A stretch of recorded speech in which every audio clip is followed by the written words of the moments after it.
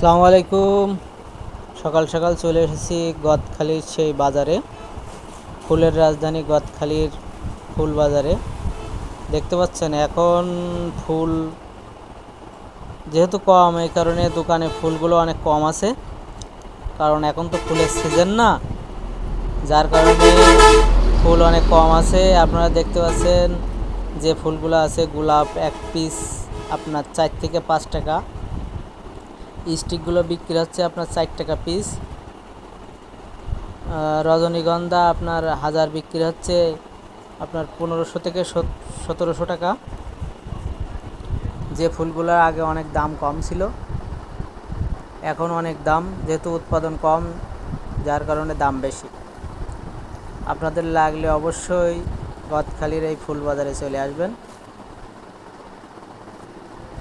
অত্যন্ত সুন্দরভাবে পেয়ে যাবেন।